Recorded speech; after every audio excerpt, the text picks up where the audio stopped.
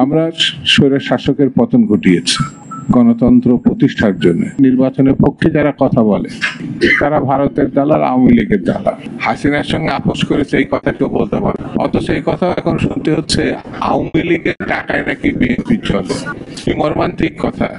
আপনি সমালোচনা করবেন, আপনাকে ভারতের দালাল বানিয়ে দেওয়া হবে।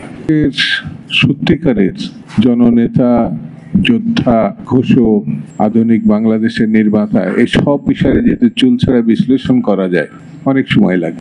তার হাত দিয়ে যেসব কাজ হয়েছে বাংলাদেশের, সেই কাজগুলো পরবর্তীতে আমরা দেখেছি বিকশিত করেছেন দেশনেত্রী বেগম খালেদা জিয়া। যে কারণেই তিনি আপসীর নেত্রী, ডেমোক্রেসির মাতা হিসাবে দেশে এবং বিদেশে পরিচিতি পেয়েছে।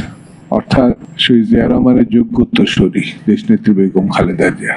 বেগম খালেদা জিয়া জীবিত অবস্থায় একজন নেত্রীকে, একজন নেতাকে তিনি আমাদের মধ্যে প্রতিষ্ঠিত করেছেন, তার যোগ্য উত্তরসূরি জনাব তারেক রহমান।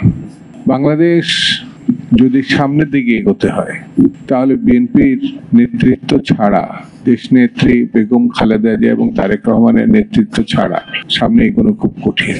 আমরা স্বৈর শাসকের পতন ঘটিয়েছি গণতন্ত্র প্রতিষ্ঠার জন্য, কিন্তু গণতন্ত্র কিভাবে ঠেকানো যায় তার একটা উদ্যোগ আস্তে আস্তে উন্মোচিত হচ্ছে আমাদের সামনে। আমরা দেখতে পাচ্ছি যারা ৭১ সালের মুক্তিযুদ্ধে পাকিস্তান রক্ষার আন্দোলনে ছিল, তাদেরই আবার একটা অংশ এখন নতুন করে তৈরি হয়েছে, যারা গণঅভ্যুত্থানের নেতৃত্ব দানকারী হিসেবে নিজেদের দাবি করে, কিন্তু গণতন্ত্রের পক্ষে, নির্বাচনের পক্ষে তারা দাঁড়ান না।